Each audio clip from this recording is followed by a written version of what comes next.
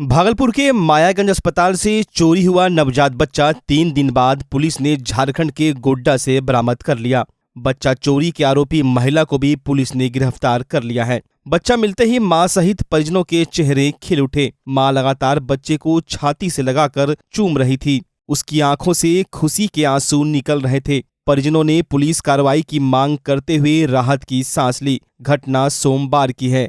रविवार की रात करीब 10 बजे नाथनगर के नूरपुर की रहने वाली महिला काजल देवी को डिलीवरी के लिए मायागंज स्थित अस्पताल में भर्ती कराया गया। रात करीब 11 बजे काजल ने ऑपरेशन से बेटे को जन्म दिया। सोमवार की सुबह करीब 6 बजे काजल की सास मंजू देवी शौचालय गई। कुछ मिनट में लौटी तो पोते को नहीं देखा। पहले आशंका हुई कि बच्चा नीचे गिर गया होगा। आसपास बच्चा नहीं दिखा तो हंगामा शुरू किया। मां काजल भी बच्चे को खोजने लगी। काजल का बच्चा चोरी हो चुका था। अस्पताल में हंगामे के बाद मामला पुलिस तक पहुंचा। बच्चे के पिता लखपति तांती के बयान पर अज्ञात महिला के खिलाफ बरारी थाना में केस दर्ज किया गया। सीसीटीवी कैमरा में एक महिला को बच्चे लेकर जाते देखा गया, लेकिन महिला की पहचान नहीं हो पा रही थी। लेबर रूम से ही पुलिस ने आरोपी महिला का बैग बरामद किया। उस बैग में गोड्डा के रहने वाले युवक का मोबाइल नंबर मिला था। पुलिस ने इस युवक को उठाकर कड़ी पूछताछ की। पूछताछ के दौरान आरोपी महिला का सुराग मिला और उसे गिरफ्तार कर बच्चा बरामद कर लिया गया। बुधवार की देर रात 2 बजे पुलिस बच्चे को लेकर मायागंज अस्पताल पहुंची। बच्चे का इमरजेंसी के डॉक्टरों के द्वारा सेहत की जांच कराने के बाद बच्चे को सौंप दिया गया। बच्चा मिलने की खुशी में परिजनों ने अस्पताल में मिठाइयां बांटी। Out of nothing, out of nowhere उसी मैटरनिटी वार्ड में एक लवारिश बैग पाया गया। जिस बैग को खोजने पे ढूंढने पे कुछ मिला नहीं। मिला तो क्या, एक जो कागज जो आप देख रहे हैं उस पर एक येलो स्केच से नंबर लिखा हुआ था और साथ में एक टिकट लगा हुआ था, बस का टिकट था। तो तुरंत हमारे उद्भेदन के लिए कभी कभी ऐसे छोटे छोटे साक्ष्य बहुत बड़ा काम कर जाते हैं। तो बस स्टैंड भेजा गया टीम को। तुरंत 2-3 टीम बनाई गई। एक टीम भेजा गया जो सीसीटीवी पे काम करेगा। एक टीम बनाया गया जो नंबर पे काम करेगा, नंबर की पहचान करेगा कि किसका नंबर है। और पूरा टेक्निकल टीम को उसमें लगा दिया गया। जो आप पीछे देख रहे हैं, राजीव है, मिथिलेश है, बच्चन है, जितना पूरा टीम है हमारा, सब टीम ने पूरा त्वरित कार्रवाई करते हुए पूरा 2 दिन लगातार बिना सोए इस CDR निकालने में, उसकी पहचान करने में। उसकी पहचान की गई उस नंबर की, तो पता चला कि वो गोड्डा का है, एक लड़का जिसका नंबर है, उससे बातचीत हो गई। दूसरी तरफ जो टिकट जो बरामद हुआ था, उस टिकट की भी पहचान कराई गई। तो बस का जो कंडक्टर के द्वारा बताया गया 130 रुपये टिकट पे आप देखेंगे 130 रुपये अंकित है। 130 रुपया पूछा गया कहाँ तक जाता है, तो उसने बताया कि गोड्डा तक का टिकट है ये। तो ये बात सामने आई और CDR में भी बात सामने आई कि गोड्डा। फिर हमने तुरंत एक टीम को तुरंत गोड्डा भेजा और उस नंबर से बातचीत हुई। उस लड़का को बरामद किया गया जिसका नंबर था। उस लड़का से पूछताछ हुआ। उस लड़के का नंबर पूरा खंगाला गया। उसने बताया कि किसी एक महिला है। उसने CCTV का फोटो उसको दिखाया गया, थोड़ा बहुत पहचाना। उसने बताया कि किसी जनवरी में किसी महिला के साथ उसका ट्रांजैक्शन हुआ था, जमीन बिक्री का ट्रांजैक्शन हुआ था। उस महिला हो सकता है, तो उससे बातचीत हुई तो पता चला कि वो मायागंज हॉस्पिटल उस समय आई थी। फिर उसका नंबर निकाला गया, उसका CDR निकाला गया, उसका TL निकाला गया। फिर हमने टीम को भेजा वहाँ पर। वो महिला है जो माकू मुर्मू, मीना मुर्मू, जो कटहा जाड़ सुंदर पहाड़ी गोड्डा झारखंड से उसको गिरफ्तार किया गया और उससे पूछताछ हुई तो पता चला कि बच्चा को हॉस्पिटल, सनराइज हॉस्पिटल में इलाज के लिए रखा गया है। वहाँ से बच्चा बरामद हुआ।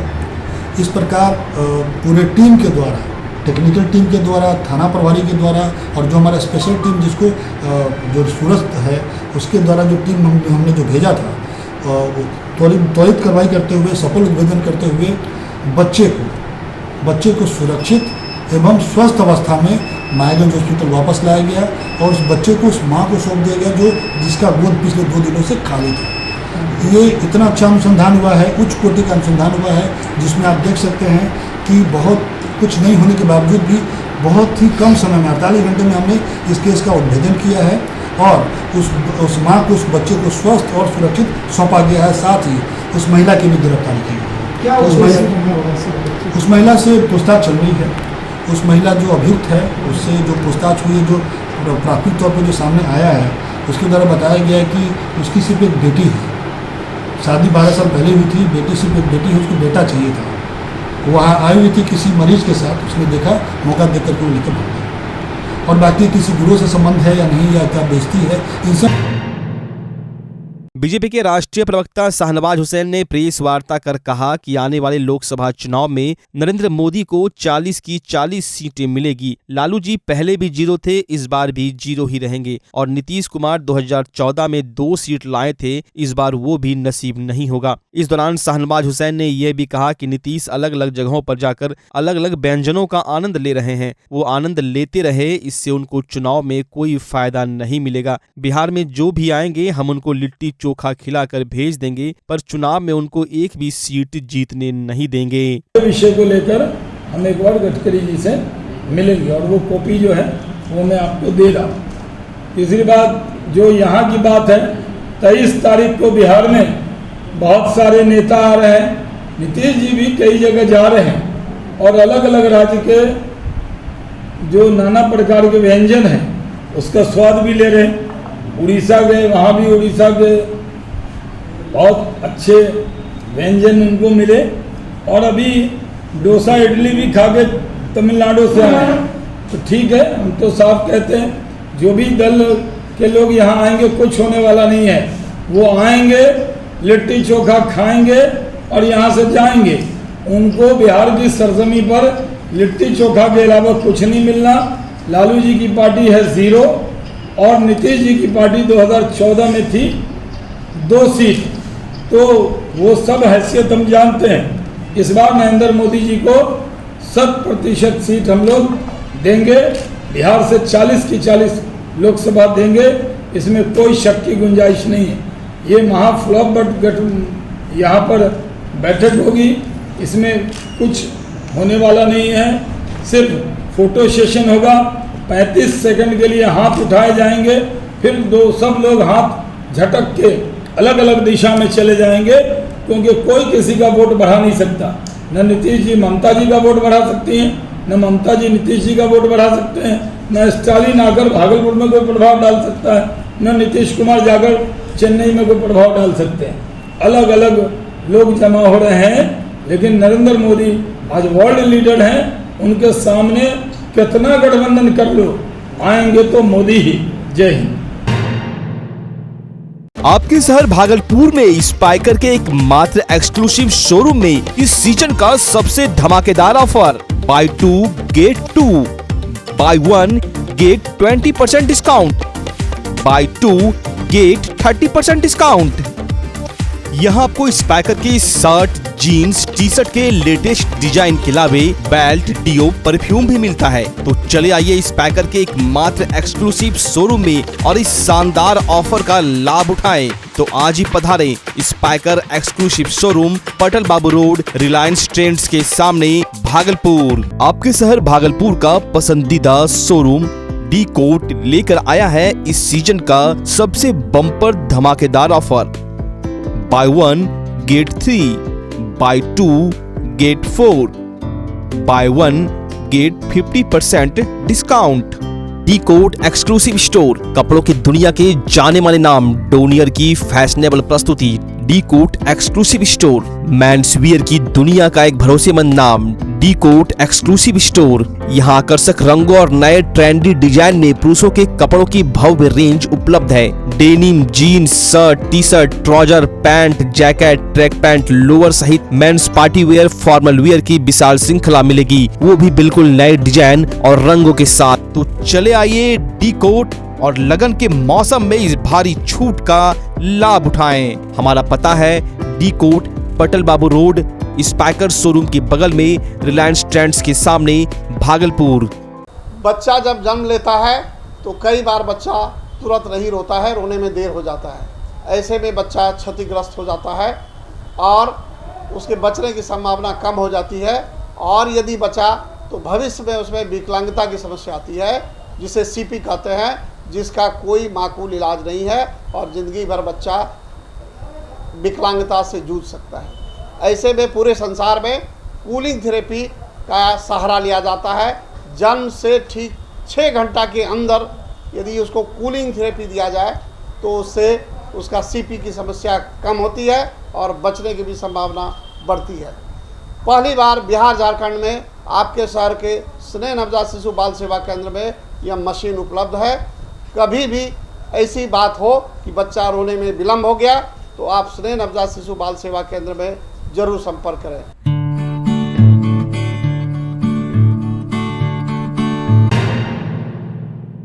भागलपुर नगर निगम में शांति समिति की बैठक में नगर आयुक्त योगेश सागर के द्वारा महापौर, उप महापौर और पार्षद को बैठक में नहीं बुलाने को लेकर आज नगर निगम सभागार में पार्षदों ने हल्ला बोल प्रदर्शन किया। पार्षद संजय सिन्हा ने कहा कि हम लगातार 3 टर्म से पार्षद हैं, ऐसा कभी नहीं हुआ था कि नगर निगम में बैठक हो और महापौर, उप महापौर और सम्मानित पार्षदों को नहीं बुलाया जाए। उन्होंने कहा इसका हम लोग पुरजोर विरोध करेंगे। मौके पर पार्षद संजय सिन्हा, पंकज गुप्ता, रंजीत कुमार सहित कई पार्षद मौजूद थे। शांति समिति की बैठक थी नगर निगम के कैंपस में, सभा कक्ष में ये बैठक संपन्न हुआ। हम 3 बार के पार्षद रहे हैं। मैंने दीपक भुवानिया से लेके सीमा शाह तक जितना बार भी शांति समिति की बैठक हुई, चाहे वह दुर्गा पूजा हो, काली पूजा हो या मुहर्रम हो, बकरीद हो, ईद हो, सभी के बैठक में महापौर महोदया और डिप्टी मेयर के उपस्थिति में यह बैठक नगर निगम के कैंपस में संपन्न हुआ। लेकिन आज यह इतिहास बदला गया है नगर आयुक्त के द्वारा। हम लोग इस इतिहास जो बदलने का काम किया है इसका हम लोग घोर विरोध करते हैं और नगर निगम के नगर आयुक्त को खुली चुनौती देते हैं कि अगर इस तरह मान सम्मान में पार्षदों का और मेयर, डिप्टी मेयर के मान सम्मान में अगर ठेस पहुंचेगा तो हम लोग चुप नहीं बैठेंगे। सड़क से लेके सदन तक आंदोलन करेंगे, नगर निगम के कामकाज को ठप कर देंगे। धरना और प्रदर्शन अपने अपने वार्ड की जनता को लाकर बृहत रूप से करने का काम करेंगे। 2017 में पति की मृत्यु हो जाती है। महिला को 2 बेटी हैं। वो पति की याद में सदमे में रहती है। तभी नापाक मंसूबे से रिश्ते का एक युवक उसे नाटकीय रूप से प्रेम जाल में फंसाता है और बेहोशी की दवा खिलाकर एक रात यौन शोषण कर लेता है। महिला जैसे ही होश में आती है उसे पता चलता है कि मेरा यौन शोषण हो चुका है। फिर क्या था, उस युवक ने महिला और दोनों बच्चे को जान से मारने की धमकी देना शुरू कर देता है। इस डर से महिला 5 साल तक उसकी पीड़ा को सहन करती है। सर पानी से तब ऊपर चला जाता है जब वह युवक 5 साल तक शादी का झांसा देता है और 5 साल के बाद वो किसी और से शादी करने को तैयार हो जाता है। सचमुच यह कोई फिल्मी स्टोरी नहीं, हकीकत है। घटना भागलपुर के इसाकचक थाना क्षेत्र का है। भागलपुर के इसाकचक नीलकंठ नगर हवाई अड्डे के पास रहने वाले नरेश सिंह की बेटी अनुराधा के पति की मृत्यु 2017 में हो गई थी। वो 2 बेटी के साथ अपने घर में रहती थी। पति के जाने के बाद वो सदमे में थी। इसी दौरान नौगछिया के तेलगी खरीद कर रहने वाला मनोहर सिंह का बेटा संदीप कुमार, जो रिश्ते में अनुराधा के भाभी का भाई लगता है, उसने अनुराधा को आश्वासन दिया कि आप चिंता ना करें, आपकी परेशानी अब मेरी परेशानी है, मैं आपका और दोनों बेटी का ख्याल रखूंगा, जिंदगी भर साथ निभाऊंगा। फिर धीरे धीरे वो अनुराधा को अपने प्रेम जाल में फांसना शुरू कर देता है। अब वह उसके घर आना जाना भी शुरू कर देता है और रात में ठहरना भी शुरू कर देता है। तभी एक काली रात ऐसी थी जिसमें संदीप ने अनुराधा के खाने में कुछ ऐसा मिला दिया जिससे वो अचेत मुद्रा में चली गई और सुबह जब उठी तो उसे पता चला कि संदीप उसके साथ रात भर शारीरिक संबंध बनाया है। जब इस बात को संदीप से उस महिला ने कही तो संदीप ने उस महिला को और बेटी को जान से मारने की धमकी दी, जिससे वो डर कर चुप हो गई और उसके बाद 5 साल तक उस महिला के साथ संदीप ने यौन शोषण किया। अनुराधा कितनी बार कही कि जब आपको मेरे साथ रहना है तो समाज के सामने शादी कर लीजिए, लेकिन वो एक न सुना।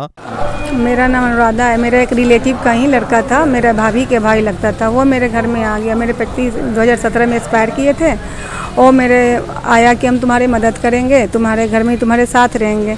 वो रहते रहते फिर मेरे साथ ना गलत करने के लिए बोलने लगा। तो हम बोले देखो ऐसा नहीं होता। तो किसी दिन एक दिन मेरा तबीयत ख़राब हो गया। वो आया नशीली पदार्थ कुछ लेके और हमको खिला दिया। रात में मेरे साथ गलत किया। और फिर उसके बाद से जब हम उसको बोले कि ऐसे तुम किया, तो हमको घर में सिंदूर भी लगा दिया कि तुमसे शादी कर लिया, अब तो पति पति बन के रहेंगे ना। उस दिन से मेरे घर में रहने लगा। और अब जब ऐसा उसको बोलते थे कि तुम मेरे सबके सामने शादी करो, तो बोलता था कि अच्छा अपने फैमिली वाले को मनाएंगे तभी शादी करेंगे। और उसके फैमिली वालों के बराबर बोलता था, लेकिन वो लोग मानते नहीं थे कि उसको 2 बच्चे हैं, मुझसे शादी नहीं करेंगे। अगर हम बोलते थे कि तुम ऐसा नहीं करोगे तो हम केस करेंगे, तो बोलता था कि तुम्हारी बेटी को किडनैप कर लेंगे, तुमको मरवा देंगे, तुमको ससुराल वाले से भी बोल के भागलपुर का भी घर से बेदखल करवा देंगे, ससुराल वाले से भी बेदखल करवा देंगे। ऐसे कर करके धमकी देते रहा जरा देर। तुमको अभी रात में भी कल आया उसका कॉल, बोला कि तुमको मुझे मेरा भाई एक है, हथियार रखता है, गाड़ी चलाता है, तुमको उठवा लेंगे, तुम सोच रही हो वो नहीं होगा, हम तुमसे शादी नहीं करेंगे, तुम चुपचाप से कहीं कुछ नहीं, अपना मुंह बंद रखो। और उसके बाद फिर वो अचानक से उसका शादी उसके फैमिली वाले तय कर दिए, मेरा बिना बताए मेरे पास से 30 मई को चला गया। 30 मई को गया और उसका 19 का शादी तिलक था और 23 को शादी है। 19 का तो चुपके से तिलक कर लिया, हमको पता चला तो फिर आज हम आए महिला थाना में। कल भी आए तो यहाँ पे केस नहीं लिए, और आज आए तो पता चला मैडम की भतीजी है जिसकी शादी उस लड़का से हो रहा है, इसलिए केस नहीं मैडम ले रही थी। सुबह से जिद करते करते जाके अभी मेरा केस ली है। पानी सर से तब ऊपर चला गया जब उस धोखेबाज युवक संदीप ने दूसरी शादी करने का मन बना लिया। तब वो उसके खिलाफ एफआईआर करने भागलपुर महिला थाने पहुंची और एफआईआर दर्ज कराया। पीड़ित महिला अनुराधा ने बताया कि पहले मुझे सांत्वना दिलाया गया, मैं आपकी परेशानी को अपनी परेशानी समझूंगा। फिर मेरा दिल जीता और एक रात मुझे कुछ खिलाकर अचेत मुद्रा में मेरे साथ शारीरिक संबंध बनाया। जब मैंने इसका विरोध किया तो मुझे और मेरी बेटी को जान से मारने की धमकी दी, जिससे मैं डर गई और जबरन मेरे साथ 5 साल तक यौन शोषण करते रहा। मैं जब भी शादी के लिए कहती थी वो टाल मटोल करता रहा। अब वो दूसरी शादी करना चाहता है। अब मैं कहाँ जाऊँ, कैसे क्या करूँ? परेशान होकर महिला थाने आई हूँ, मुझे इंसाफ चाहिए। मुझे डर लग रहा है कि मुझे और मेरी बेटी को संदीप मरवा न डाले। मैं जान माल की भी गुहार लगाने आई हूँ। वहीं भागलपुर महिला थाने में इसका एफआईआर दर्ज कर लिया गया है। थाना अध्यक्ष रीता कुमारी ने बताया कि इस पर जल्द से जल्द जांच करके दोषियों पर कार्रवाई की जाएगी और लाचार महिला को इंसाफ दिलाया जाएगा। अब सवाल यह उठता है कि लाचार महिला कब तक इस तरह भय के साए में जिएगी या फिर उसे इंसाफ कब तक मिलता है। अब देखने वाली बात यह होगी कि उस दरिंदे युवक को सजा कब तक मिल पाती है। नगर निगम के पास कूड़े के रखरखाव की समस्या 2 वर्षों से चली आ रही है, जिस कारण शहरी क्षेत्र में सड़क किनारे ही कूड़ों का अंबार लगा रहता है। हालांकि इसको लेकर निगम प्रशासन ने कूड़े के रखरखाव को लेकर जगह भी सुनिश्चित की थी, लेकिन धरातल पर यह मुहिम सफल होती नहीं दिख रही है। वहीं निगम की गाड़ी अनचाहे समय पर कूड़ा उठाने के लिए निकल पड़ती है, जिससे सड़कों पर जाम की समस्या उत्पन्न हो जाती है। वहीं इसको लेकर नगर निगम के उप महापौर डॉक्टर सलाउद्दीन अहसन ने कहा कि 2 समय में सफाई का काम किया जाता है, एक तो रात्रि में, दूसरा 7 बजे से 10 बजे तक। उसके अलावा अगर गंदगी साफ नहीं होती तो शहर की तो दिन में भी सफाई की जाती है। उसको लेकर अगर किसी तरह की परेशानी हो रही है तो बैठक करके इस पर जल्द से जल्द विचार किया जाएगा, जिससे शहर में जाम की समस्या ना हो। और एक रात्रि 12-1 बजे तक चलता है और सुबह 7 बजे से शुरू हो जाता है। लेकिन भागलपुर की ट्रैफिक बहुत ज़्यादा बढ़ चुकी है और जब भी उठाने जाएगा और ख़ास करके स्टेशन वगैरह के आसपास या आप लहरी टोला के मोड़ पर देखेंगे कि गाड़ी जब लगता है तो ट्रैफिक जाम हो जाता है। तो इसका हम लोग भरपूर प्रयास करते हैं कि जिस वक्त ज़्यादा ट्रैफिक हो उस वक्त कूड़ा नहीं उठे, और कूड़े को बहुत देर ज़्यादा देर छोड़ा भी नहीं जा सकता, उससे भी गंदगी। इसलिए सुबह वाली पारी में सबसे पहले स्टेशन चौक इस सब पर इसको साफ़ सफाई कराई जाती है और दूसरी पारी रात को 9-10 बजे से जो शुरू होता है तो 1 बजे तक कराया जाता है। वहीं भागलपुर के विधायक अजीत शर्मा ने कहा कि नगर निगम की कार्यशैली पूर्ण रूपेण उदासीन है। शहर में कहीं भी सही ढंग से काम नहीं हो रहा है। मैंने इसके लिए मुख्यमंत्री को पत्र भी लिखा है और मैं इसकी शिकायत भी किया हूं। जल्द से जल्द नगर निगम अपने रवैये को ठीक करे, नहीं तो आगे कार्रवाई की मांग करूंगा। गौरतलब है कि राज्य सरकार की योजना के तहत सभी चौक चौराहों पर बेवजह कूड़ा फेंकने वालों को जुर्माना देने के साथ कार्रवाई करने की बात कही गई थी। हालांकि इस मुहिम को सुनिश्चित करने के लिए निगम प्रशासन लगातार प्रयासरत है और जल्द कूड़ा उठाने की समस्या से निजात पाने के लिए निगम अपनी तरफ से प्रयास कर रहा है। यही मैंने कहा, कुछ सिस्टम ही नहीं है उनका। कूड़ा अंबार पड़ा है, उठाने को सिस्टम होना चाहिए। दिन में जो आए देखिए गाड़ी उठाने लगा तो जाम लगता है। एक तो सड़क चौड़ी नहीं है, उस पर आप कूड़ा का समय रात में उठवाओ। उसको रात में उठाने से क्या होगा, जाम से निजात मिलेगा लोगों को। बच्चे बच्चियाँ स्कूल जाते हैं, लोग कार्यालय काम करने जाते हैं। निश्चित तौर पर सिस्टम जो होना चाहिए, नगर निगम का सिस्टम पूरा कोलैप्स है। ये भी मैंने रिपोर्ट किया है ऊपर, माननीय मुख्यमंत्री से बात की है, निश्चित तौर पर कार्रवाई होगी। सूबे के मुखिया नीतीश कुमार का सपना था कि ग्रामीण क्षेत्रों के हर वार्ड के हर घर में नल जल योजना को धरातल पर उतारकर आम जनता को शुद्ध पेयजल उपलब्ध कराएं। लेकिन सच्चाई यही है कि अधिकांश योजनाएं अंतिम सांस गिन रही है। यानी भले ही सरकारी फाइलों में योजनाएं चल रही हो, लेकिन लोगों को शुद्ध पेयजल नहीं मिल रहा। लोग पेयजल के लिए त्राहिमाम हैं। धरातल पर इस योजना की ऐसी कोई बात दूर दूर तक दिखाई नहीं दे रही। अधिकांश योजनाएं ठप पड़ी हुई है, वो भी तब जब पूरे सूबे में भीषण तपती गर्मी पड़ रही है। जलस्तर लगातार नीचे जा रहा है, सूरज आग उबल रहा है, गर्मी असहनीय हो गई और पानी के लिए ग्रामीण क्षेत्रों के कई इलाकों में हाहाकार मचा हुआ है। लोग एक वार्ड से दूसरे वार्ड पानी की तलाश में जा रहे हैं, फिर भी लोगों को पीने का पानी नहीं मिल पा रहा। ये जो आप तस्वीर देख रहे हैं, ये सबौर प्रखंड के बैजलपुर पंचायत वार्ड नंबर 5 से सामने आ रही है, जहां बच्चे, जवान, बूढ़े, महिला सभी सड़कों पर पानी की तलाश में लगे रहते हैं। कोई 2 किलोमीटर जाकर पानी ला रहा है तो कोई दूसरे वार्ड में जाकर पानी की जुगाड़ में लगा है। किसी तरह इन गांव वालों का जीवन यापन कट रहा है। इसकी सूचना मुखिया सरपंच को भी दी गई, लेकिन सरकार गहरी निंद्रा में सोई हुई है। अब गांव के लोग काफी आक्रोशित दिखने लगे हैं। वहां के लोगों का साफ कहना है कि हम लोगों के घर में टोटी तो लगा हुआ है, लेकिन बरसों से इसमें कभी पानी आया ही नहीं। यह सिर्फ दिखावा है। धरातल पर कुछ भी नहीं, पानी के बिना जीवन नहीं, फिर भी सरकार सोई है। जल्द इस पर उपाय किया जाए, अन्यथा हम लोग आंदोलन करेंगे। आगे देखता है पानी कहाँ से लाते हैं आप लोग? अभी दूसरा वार्ड से लाते हैं। लाने देता है? दूसरा देता है, उस अपना भरेगा, हम ही सबको देगा। बोल के लाते हैं पीने के लिए। गर्मी में कितना दिक्कत होता है पानी के लिए? पानी के लिए बहुत दिक्कत है। लाते हैं आधा किलोमीटर 1 किलोमीटर दूर से पानी लाते हैं। मुखिया जी क्या बोले आपको? मुखिया कौन सी बोलता है, नहीं चढ़ता है तो हम कौन सी करेंगे? तो आप बोले नहीं तो हम लोग क्या करेंगे पानी के लिए? पानी के लिए बोलता है कि जाइबे करेगा यहाँ पे पानी। कौन पंचायत का मुखिया है? बैजलपुर पंचायत का। कितने नंबर वार्ड में पानी नहीं आता? 5 नंबर वार्ड में। क्या आपके क्षेत्र में? जी, ये समस्या है। जो नल जल जो पानी आता है उसका, वो पानी बहुत दिन से नहीं आ रहा है। मतलब सालों से कहा जाए तो वो पानी नहीं आ रहा हमारे यहाँ। और यहाँ पे जो 20-25 घर है उसमें भी पानी नहीं आ रहा है। यह मतलब जो गर्मी में ये समस्या बहुत ही कठिन समस्या है इसका। अगर पानी बिना सोच सकते हैं आप, एक कल्पना कर सकते हैं कि गर्मी का मौसम में पानी नहीं मिलना कितना दुर्लभ बात है। टंकी कब यहाँ बनी थी? जी, इसका तो उतना याद नहीं है, लगभग 1918 के आसपास बना है। कब से पानी नहीं आ रहा है? इसका पानी लगभग हम लोग को जब से लगा है, हमारे यहाँ फिलहाल जब से लगा है उसी टाइम से पानी नहीं आ रहा है यहाँ पे।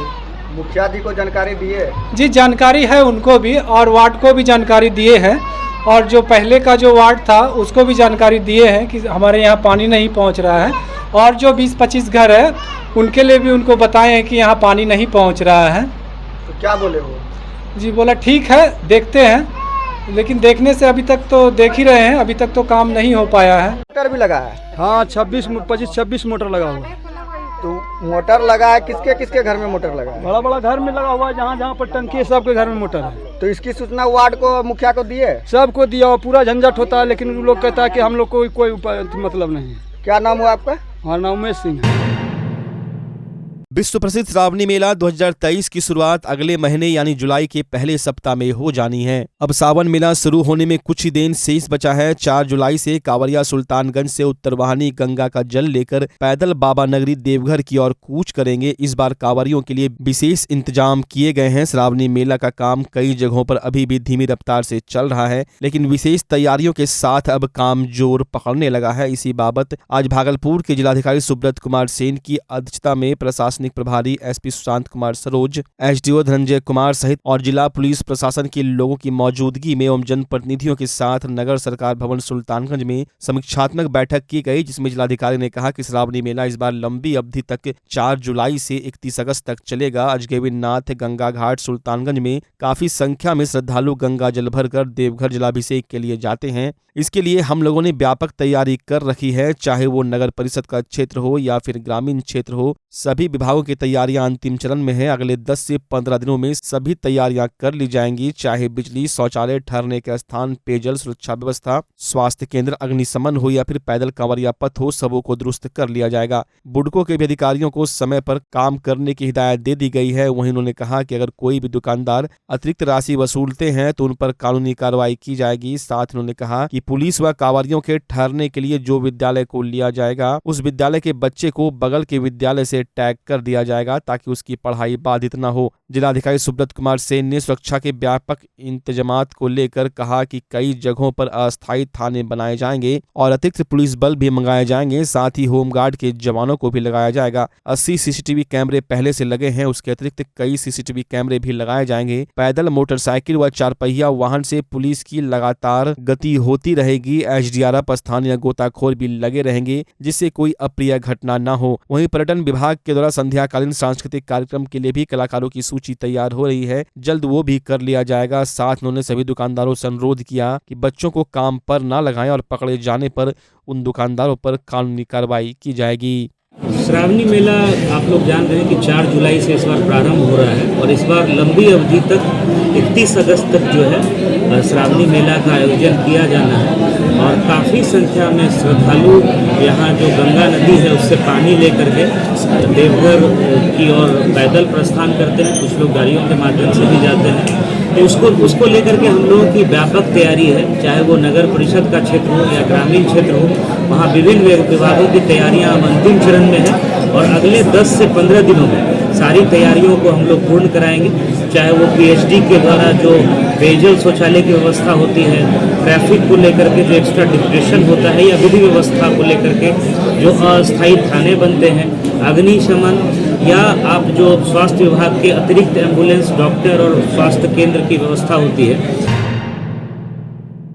अनुसूचित जनजाति आयोग के अध्यक्ष शंभू कुमार सुमन ने भागलपुर के समाहरणालय परिसर स्थित समीक्षा भवन में अधिकारियों के साथ अनुसूचित जनजाति के ऊपर अत्याचार पर लगाम लगाने को लेकर 1 दिवसीय बैठक का आयोजन किया। बैठक की अध्यक्षता बिहार सरकार के अनुसूचित जनजाति आयोग के अध्यक्ष शंभू कुमार सुमन कर रहे थे। वहीं इस बैठक में अनुसूचित जनजाति एवं इनसे संबंधित विभागों के सभी पदाधिकारी व वरीय कर्मी मौजूद थे। वहीं बिहार सरकार के अनुसूचित जाति आयोग के अध्यक्ष शंभू कुमार सुमन ने बताया कि कुछ दिन पहले पीरपैंती प्रखंड की बाखरपुर में एक बहुत ही बड़ी घटना घटित हुई थी। आयोग के अवसर पर जो शिकायत मिली उस पर जांच की गई और समाधान के लिए जिला स्तरीय व प्रखंड स्तरीय पदाधिकारी को आदेश दे दिया गया। जल्द इस केस का निष्पादन किया जाएगा जिससे दोषियों को सजा मिल सके। इसके अलावा भी कई कांडों पर चर्चा हुई। साथ उन्होंने कहा कि इस बैठक का मुख्य उद्देश्य है अनुसूचित जनजाति पर किसी तरह का अत्याचार न हो। अगर किसी को किसी तरह की परेशानी हो तो उसका समाधान आयोग करेगा। साथ उन्होंने कड़े शब्दों में कहा कि अनुसूचित जाति जनजाति थाने में अगर किसी भी पीड़ित परिवार को पदाधिकारी बिना केस कराए, बिना एफआईआर दर्ज कराए वापस भेज देते हैं तो शिकायत मिलने पर उन पदाधिकारियों पर कड़ी कार्रवाई की जाएगी। अनुसूचित जनजाति आयोग के तरफ से एक मीटिंग ऑर्गेनाइज किया गया था जिला स्तरीय। चूँकि इस जिले में कुछ घटनाएं घटी थी जिसका मैं कल जा कर के पीड़ित परिवार से भी मिला। पीरपैंती प्रखंड के बाखरपुर पंचायत में एक बड़ी घटना घटी थी तो उस सिलसिले में जाकर मैं पीड़ित परिवार से भी मिला और आयोग के स्तर पर जो भी शिकायतें प्राप्त हुआ था उस चीज़ का विजिट भी किया और उसका समाधान के लिए जो है यहाँ के जिला स्तरीय और प्रखंड स्तरीय पदाधिकारी को निर्देश भी दिया उस सारे प्रॉब्लम को सॉर्ट आउट करने के लिए। और जो मामला हमारे आयोग के संज्ञान में था उन सभी चीज़ों पर बिंदुवार करके चर्चा किया गया और उसका निष्पादन के लिए यहाँ के स्थानीय पदाधिकारी को निर्देश दिया गया। सर, देखा जाता है कि यहाँ जो अनुसूचित जाति थाना है उसमें बहुत ऐसे केस आते हैं जो लोग आते हैं उनका सुनवाई नहीं होता है, उनको बोल देता है जाओ बाहर जाओ, इस टाइप से। भागलपुर के कहलगांव थाना क्षेत्र के रसलपुर ओपी के चाय टोला में लखपति गोस्वामी के पुत्र गब्बर स्वामी की पीट कर हत्या कर दी गई। मृतक मानसिक तौर से विक्षिप्त था। 9 से 10 बजे दिन के बीच शौच करने के लिए गया हुआ था। इसी दरमियान गांव के 20-25 लोगों ने उसे पकड़ लिया और उसकी जमकर पिटाई कर दी, जिसके बाद घटना की सूचना पाकर रसुलपुर थाने के एएसआई लक्ष्मण प्रसाद घटनास्थल पर पहुंचे, जहां काफी भीड़ लगी हुई थी। घायल युवक को पुलिस जीप में लेकर अनुमंडल अस्पताल ले गई, लेकिन डॉक्टरों ने उसे मृत घोषित कर दिया। घटना के बाद शव का पोस्टमार्टम करा दिया गया और शव परिजनों के हवाले कर दिया गया। वहीं मृतक के पिता का कहना है कि बेटा मानसिक तौर पर बीमार था और लोगों ने छेड़खानी का आरोप लगाकर उसकी जमकर पिटाई की, जिससे उसकी मौत हो गई। पिता का कहना है कि गांव के ही लोगों ने पीट कर उसके बेटे की हत्या की है। वहीं रसुलपुर थाना के एसआई का कहना है कि घटना के बाद वो लोग घटनास्थल पर पहुंचे थे, जहां से युवक को प्राथमिक उपचार के लिए हॉस्पिटल ले जाया गया, लेकिन डॉक्टरों ने उसे मृत घोषित कर दिया। उनका यह भी कहना है कि आसपास के लोगों से पता चला कि उसकी पिटाई की गई है, जिससे उसकी मौत हुई है। वहीं दिन दहाड़े मानसिक तौर पर बीमार युवक की पीट कर हत्या से सवाल खड़े हो रहे हैं कि दिन दहाड़े किसी की पीट कर हत्या कर दी जा रही है और पुलिस घटना के बाद क्यों पहुंच रही है। अगर पुलिस पहले पहुंच गई होती तो युवक की जान बचाई जा सकती थी।